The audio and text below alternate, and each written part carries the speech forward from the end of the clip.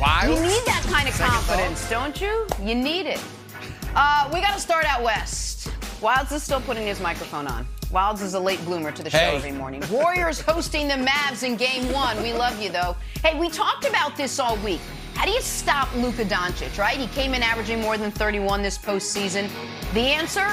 Do whatever the Warriors did last night. They held Luka to a season playoff low 20 points on 6 of 18 shooting, 7 turnovers as well.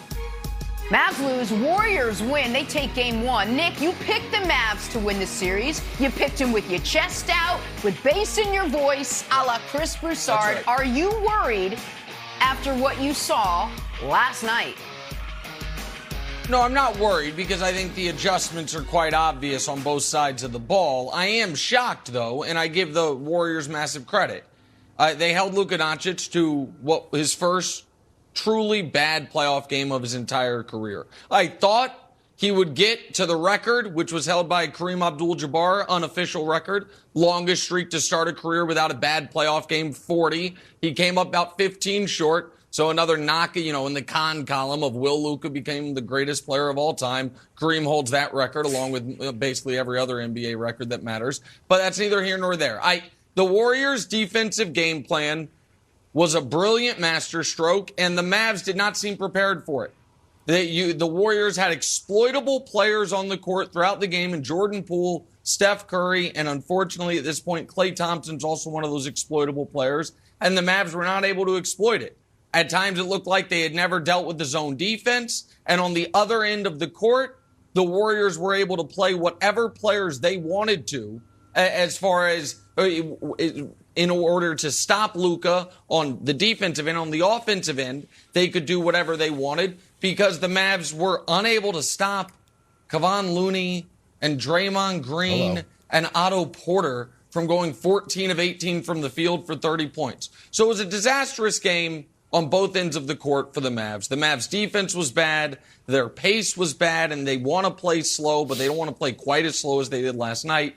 Their offense was the worst I've seen it ever in a postseason game with Luka Doncic. So that all happened. I don't think they should be concerned because the adjustments are obvious, and I think Jason Kidd will make them. I do, however, want to give one slight warning or, just a point of advice to Broussard and Wilds. This show is the best when all of us are able to, bathe ourselves in some form of glory throughout a series. It is not going to be good for the two of you if you don't learn from your awful, grievous mistakes of the previous round. If you start taking victory laps after a home Game 1 win, it will work out well for me in the end, but I would like raising tide. I would like all boats. So I would just say, I think it behooves you to be tempered with your analysis this morning, to not be hyperbolic, to not be over the top, the way you both were after Game 1 of the Sun series, and then you had egg dripping from both of your beautiful faces. So that's all. I'm not worried. I was a bit surprised. All right, Nick, first of all, I think the last thing you need to be doing right now is giving advice, okay? Because you said not only did you pick Dallas to win, didn't you pick them in 5? So they're about to win the next 4 games. Is that what means they have to lose one. Believe? I'm halfway there. Dallas in 5 means Warriors win 1, Dallas wins 4. Check mark 1. Already halfway home, buddy. All right. Go ahead. Look, I know it was sarcasm. Facts. I know it was insincere. But you did offer me, 5 or 6 olive branches last week or two in the Boston-Milwaukee series. So, Nick, look. Yeah. I am no gimmicks, no tricks, no strings attached.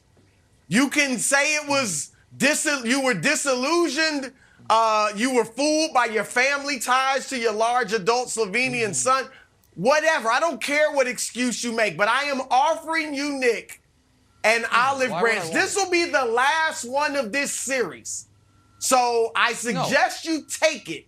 But would you like to come on over to the Golden State sides with Wild and me? Of course. Okay. So they just went into the game having no idea what Golden State might do, right? The adjustments were so obvious. All right, Nick, the problem is, and you did, I give you credit. You gave a nice 7-minute soliloquy yesterday on why this was such a bad matchup for Golden State. And to the unenlightened and the uninformed, it was impressive. But here's the thing. You based it on the 4 regular season games, 3 of which Draymond Green didn't even play in. 2 of which Klay Thompson didn't even play in. And the one that Klay did play, he was 2 weeks back from his horrific injuries. All right, so that was sitting right there for you yesterday. It is obviously surprised me. It is obviously not a bad matchup for Golden State. And you mentioned the defense, and they did. Look, you're right. Golden State was fantastic defensively. Somehow they were able to guard on the perimeter and then still get back into the paint and be handsy whenever Dallas got in there. And they're a handsy bunch. They were 4th in the league in steals, but they're slapping at everything and still able to guard on the perimeter well. Dallas did. I'll give you this. I'm going to throw you a little something to get excited about. Dallas missed a lot of open threes. Luka will be better. There's no doubt about that. But this is still a tough uphill battle for the Dallas Mavericks. You don't think they wanted to get Jordan Poole and Steph Curry in one-on-one situations with Luka? Of course they did. They could not. And then offensively, I sold Andrew Wiggins short. And I apologize to Wiggins. You know he's my man. But while yesterday I said Golden State had 3 bona fide big-time scorers on this team, I left out Wiggins, so it's really 4. He was scored 20 points a game. Hold on. Averaged 20 points a game for 3 years in Minnesota. And as the fourth scoring option, he is in the perfect situation. He can defend his tail off like he did yesterday against Luka. Great job. And give you a bunch of points. He gave you 19 yesterday. And so, Wilds, look, I think Dallas is going to win a game. I picked them in 6. Picked Golden State in 6. So Dallas will win a game or 2. But, yeah, I mean, Golden State is rolling. Okay. Shout out. First of all, Andrew Wiggins, the most underrated all-star of all time, starts the all-star game like, hey, he's okay in the Western Conference Finals. Good job. So like, whoa, I started the all-star game. I should be okay. All right. I have a confession to make. Not really a confession. It's more of just a one-on-one here between me and the audience. A thing to say. Look, I try to come on this show every day and be honest with you. And before I do that, I look in this mirror here. I check to make sure my hair looks perfect. And then I got to be honest with myself. And I did my opening salvo. I said, oh, Nick Wright, more turnovers than field goals made. Me and Broussard are going to be on easy street. Broussard and Nick, I don't necessarily feel that way anymore. I'm scarred by my Luka experience in Phoenix, Broussard.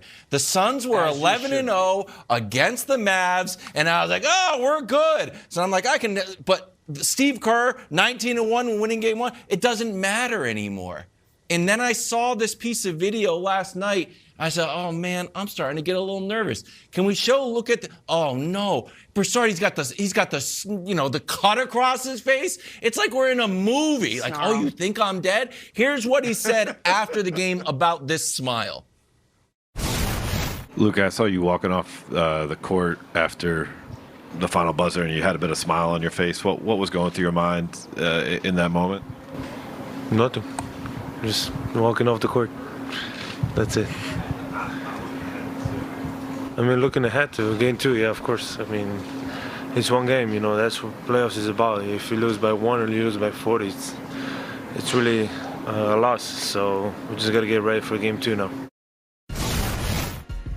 Okay, and much like me pre-show, you just saw 2 versions of Luka there. The first version was honest, smiling like I've got something in store for you. The second part of that quote was basically media speak. Second game. So, Nick, I hate to say it, I don't think you should be worried either. It's a little bit of a surprise, but you made me just go, Wilds. Just go. Just go over. No, I'm not. no. What do you I mean? don't want him. Look at him I don't smiling. want him. He can't hedge if I he don't goes want over. him. First of all, no. I do not want Wilds on my He side, can't. but Wilds True, had some cogent analysis there, with the exception of him. That's Andrew analysis. Wiggins was an all-star starter because BTS and K-pop fans is stacked the ballot box. The idea is what it is. Do they get to affect the scores of the games? Now, Wiggins' defense was excellent.